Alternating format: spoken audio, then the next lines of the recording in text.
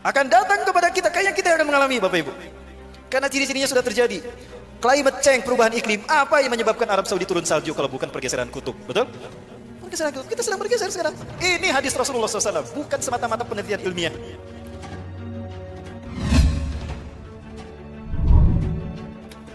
Nah, ini Mekah zaman kita sekarang.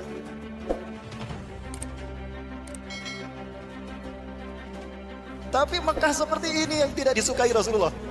Demi Allah. Bahkan Rasulullah pernah berdoa, Allahumma barik lana fi Syam wa barik lana fi Yamanina. Ya Allah, berkailah untuk kami Syam kami, dan berkailah untuk kami Yaman kami. Syam di atas, Yaman di bawah. Najd itu Saudi Arabia dilewat.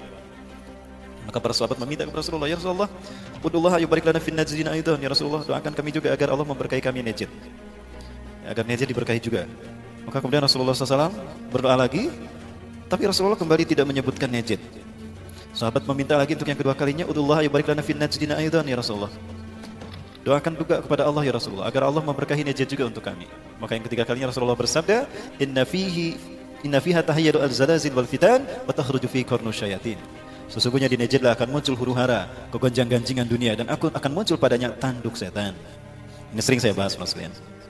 Akan muncul tanduk setan di bumi Saudi Arabia. Najd itu nama dari zaman Rasulullah sampai Turki Utsmani 1924. Tahun 1932, Abdul Aziz bin Abdurrahman Al-Saud mempersatukan kerajaan-kerajaan Arab. 13 lebih kerajaan Arab dipersatukan, diikat dalam satu kerajaan dengan nama Al-Mamlakah As-Saudi Al-Arabiyah, kerajaan Saudi Arabia. Artinya, kerajaan Ibnu Saud pemilik Jazirah Arab, pemilik negeri Arab. Itu arti Al-Mamlakah As-Saudi Al-Arabiyah. Ya, maka berubah menjadi gitu, tidak lagi Najd. Dan di sini ada tanduk setan kata Rasulullah. Tanduk setan yang mana para muslimin? Kalau saya sih melihatnya yang ini. Karena di sinilah akan muncul huru-hara petaka dan gonjang-ganjing dunia. Ya. Dan hari ini sudah terjadi Bapak Ibu. Bahkan tanduk setannya pun sudah muncul. Lambang bulan sabit begini di atas Zamzam Tower ini adalah itu tanduk setannya. Dan Rasulullah juga menyebutkan tadi, waqad adalah as-sa'atu al-Ka'bah, dan sungguh bayang-bayang as-sa'ah menutup Ka'bah. Pertama kali saya membaca di sini saya nggak paham apa maksudnya, karena saya belum lihat apapun. Tapi setelah berdirinya Zamzam Tower, wah di situ baru saya paham. Allahu Akbar, itu maksud Rasulullah SAW. Pertama kali saya datang melihat Zamzam Tower ini, saya tatap sekali paham Allah. Lama tidak melihat ini. Begitu saya datang, wih Zamzam Tower udah selesai itu. Perhatikan Zamzam Tower ini dan perhatikan benda ini satu ini. Mekah sekitarnya menyebut ini adalah as-sa'ah. As-sa'ah itu artinya jam, waktu. Apa kata Rasulullah tadi? Tanda kiamat akan datang pada kalian apabila bayang-bayang as-sa'ah menutup Ka'bah. Waktu Rasulullah mengucapkan ini, as-sa'ahnya ada tidak? Tidak ada. Itu yang membuat saya bingung. Sementara saat itu saya memahami, as-sa'ah itu adalah kiamat. Tadi dibacakan ayatnya.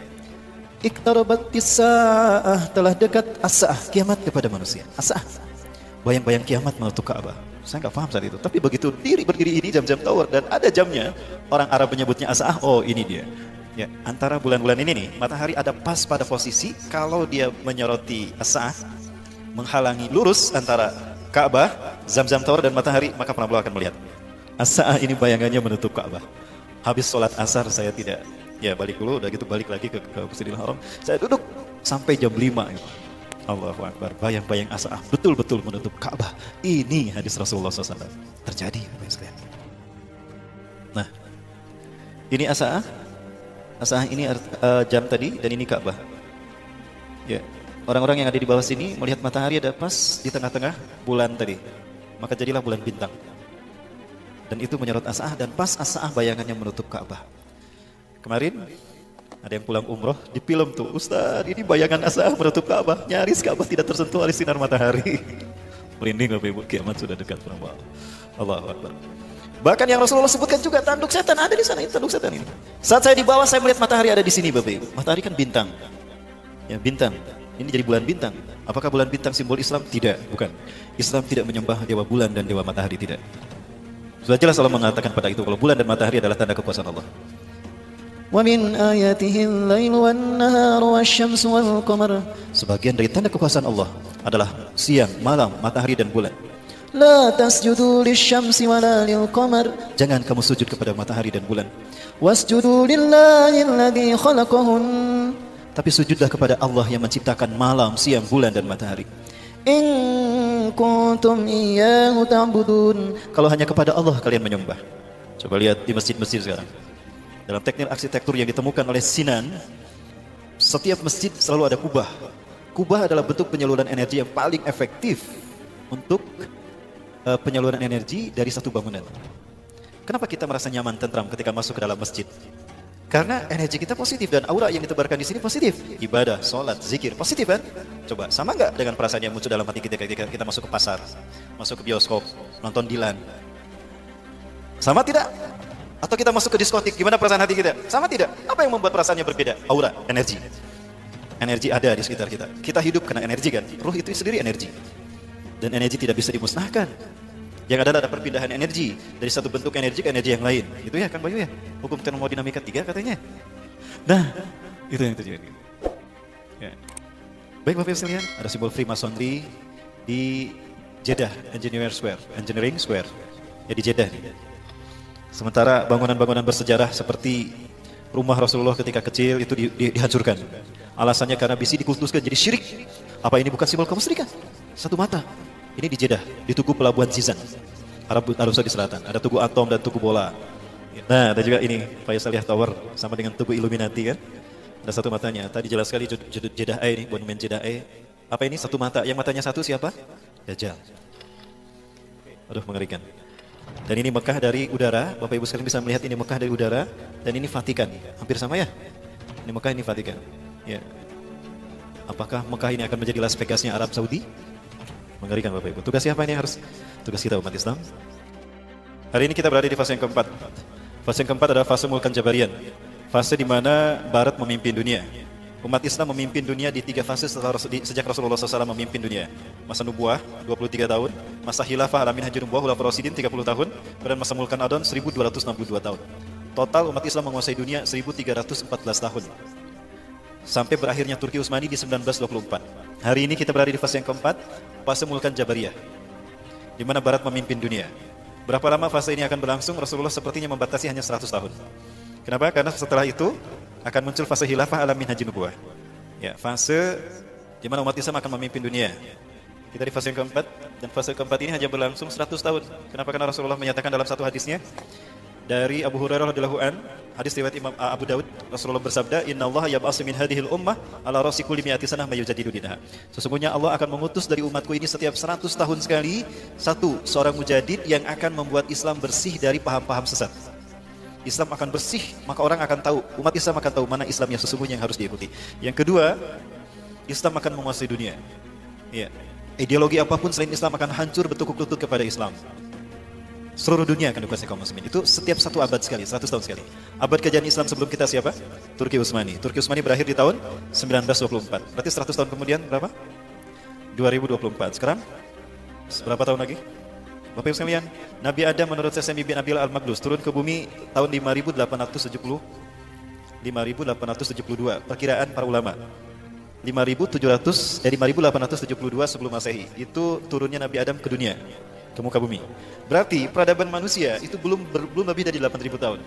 Dari Nabi Adam sampai ke kita. Bayangkan dari 8.000 tahun manusia berada di bumi, tinggal tersisa 6 tahun bagi iblis dan dajjal untuk menyesatkan kita sebanyak-banyaknya.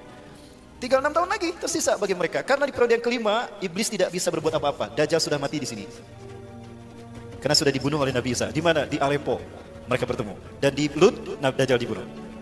Rasulullah SAW menyebutkan, yang yataqarrabu zaman yang zirafikum ibnu Maryam, telah dekat, sungguh telah dekat akan turunnya Isa bin Maryam di tengah-tengah kalian. Rasul berbicara ini 14 abad yang lalu. Di mana beliau akan turun? Ingdal manaratil baida, di samping masjid bermenara putih. Masjid bermenara putih itu ada di Damaskus Timur, Aleppo, Masjid Umawi. Inilah alasan terpenting secara ideologis kenapa Suriah dihancurkan. Karena Suriah akan menjadi negeri di mana Islam akan bertahan ketika huru-hara perang dunia Al-Malhamatul Kubra terjadi. Dan Nabi Isa akan menguatkan umat Islam turun di Masjid Umawi. Supaya Nabi Isa tidak jadi turun, agar Islam tidak jadi bangkit di sana. Yuk kita hancurkan Suriah, yuk kita hancurkan Aleppo. Supaya tidak jadi turun di sana Nabi Isa. Jadi mereka yakin dengan hadis Rasulullah. Maka Suriah dihancurkan. Tapi walaupun demikian tetap Suriah akan dikuasai kaum muslimin. Tidak lama lagi Bapak Ibu sekalian, 6 tahun lagi. Dan Rasulullah menyebutkan ciri-ciri ini akan terjadi. 1. Ya. Rasulullah menyatakan akan ada perebutan kekuasaan di tanah Arab. Yaktatilu salasatun 'inda kanzikum, akan berebut kekuasaan, akan berperang 3 orang laki-laki di sisi perbenaran kalian. Ya. Akan ada 3 orang laki-laki berperang di sisi perbenaran kalian. Kulluhum ibnu khalifatin, 3-tiganya anak raja. Khalifah di sini berarti raja, karena khalifah belum ada sebelum kita sampai hari ini. Thumma la yasiru ila wahidin minhum, kekuasaan tidak jatuh kepada salah satu pun dari 3 putra mahkota itu. Thumma tatlu'u ar-rayatus sud, kemudian akan muncul para pembawa panji hitam. Min kibalil masyriq, Rasulullah mengarahkan telunjuknya ke Khorasan, Afghanistan. Fayaktulunakum qatlan lam yaktulhu qaumun, mereka akan memerangi kalian dengan cara yang belum pernah digunakan oleh siapapun di muka bumi. Artinya cara mereka berperang dahsyat luar biasa. La yarudduha syai'un hatta tunsaba bi Iliya, tidak ada kekuatan militer satupun di muka bumi yang mampu mengalahkan, menghentikan mereka sampai mereka menancapkan panji hitam itu di bumi Baitul Maqdis, Masjidil Aqsa. Fa aina ma ra'aitumuh, jika kalian melihatnya, fa'tu, datangilah. Walau habban ala salji, walaupun harus berangkat di atas salju, fa inna fiha khalifatullah al-Mahdi, di tengah-tengah mereka ada Imam Mahdi. Cirinya perebutan kekuasaan di tanah Arab putra mahkota. Kedua, turun salju. Sudah turun belum salju di tanah Arab? Sudah, para Allah, Allahu Akbar. Ya. Baik Bapak sekalian, ya, akan ada 3 tahun tersulit, dan mana ini akan terjadi membuat Dajjal muncul. Di saat-saat itulah kita akan menyaksikan cuaca yang aneh, situasi yang aneh di muka bumi. Ya, akan ada perubahan iklim, perubahan cuaca, para Allah. Ya, ini saya sering sampaikan di beberapa majelis taklim, Bapak Ibu sekalian. Akan ada benda langit yang datang ke antariksa kita, ke tata surya kita.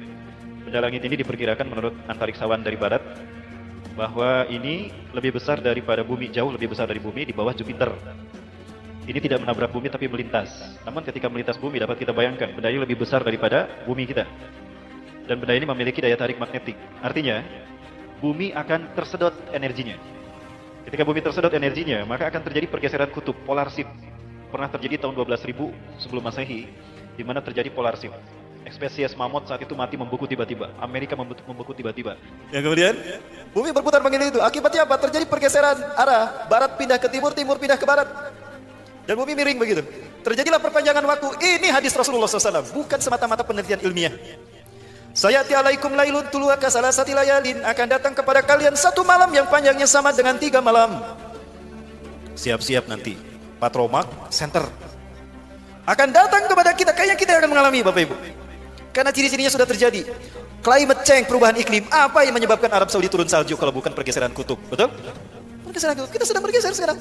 Cuaca udah gak karuan. Ya, iklim sudah gak karuan. Tidak bisa diprediksi lagi, tidak bisa diperkira lagi. Kemudian banyak gempa bumi dan longsor, kemudian banyak juga gunung meletus. Itu bumi karena sedang mempertahankan posisinya dan mengeluarkan energinya tersedot oleh benda langit ini. Maka kemudian benda langit ini mengarah ke matahari, bumi kembali, utara kembali ke utara, selatan ke selatan. Tapi posisi barat dan timur terbalik. Maka ketika matahari terbitnya dari mana? Dari barat. Itulah hin, kata Rasulullah. Fadzalika hin. Dan inilah arti hin yang sesungguhnya dalam Al-Quran. Wa qulna ihbitu ba'dukum li ba'din adu wa lakum fil ardi mustaqarrun wa mata'un ila hin. Hin di sana terbitnya matahari dari barat. Ya. Dan untuk kembali lagi barat ke barat, timur ke timur tidak lebih dari 12 jam. Maka besoknya kata Rasulullah akan kembali terbit dari timur. Tapi hari-hari itu adalah hari di mana Allah sudah menutup pintu tobat. Dan Allah akan memperlihatkan tanda-tanda besar yang lain. Maka akan terjadi hujan meteor saat itu. Kenapa hujan meteor terjadi?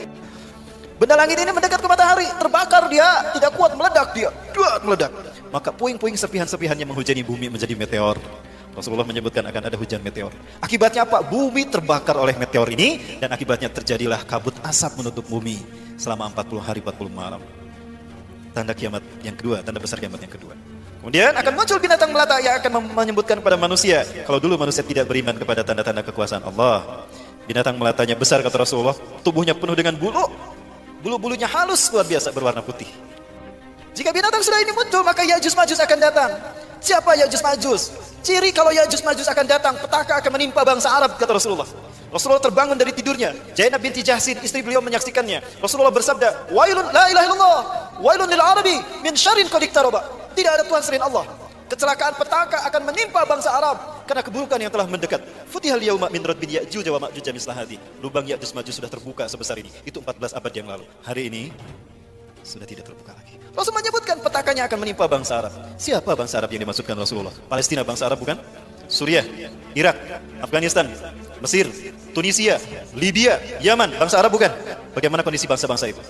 Siapa yang membantai mereka? Apakah itu Yajuj Majuj? Itu Yajuj Majuj KW-nya. Bapak Ibu sekalian, ini akan telah terjadi. Tapi ingat kata Rasulullah, akan muncul kebangkitan Islam. Dan akan ada 3 titik yang membuat umat Islam memiliki kemampuan untuk bangkit. Di mana? 1, Ahlus Syam. Akan muncul dari Suriah dan Palestina, pejuang-pejuang tauhid yang tangguh, yang tidak akan bisa dikalahkan oleh mereka. Ada kemungkinan kalau dari Palestina ini Izzuddin Al-Qassam, sayap militer Hamas. Dari Suriah ada kemungkinan bangkitnya Al-Qaeda Suriah, yang dulu disebut dengan Front Free Syrian Army, FSA, Ahradus Syam, Juyusul Islam, Juyusul Fatat, Jabhah Al-Nusrah, akan bersatu di bawah satu panji Syam. Sekarang panji hitam sudah bergerak, sudah berkibar di Jazirah Gaza, di pantai Gaza, di Selat Gaza. Yang kedua, Ashabul Ratisud yang akan bergerak dari Khorasan. Sekarang pun sudah terlihat bagaimana kekuatan mereka. Dan yang ketiga, Taifah Mansurah. Mudah-mudahan itu Indonesia. Amin ya rabbal alamin.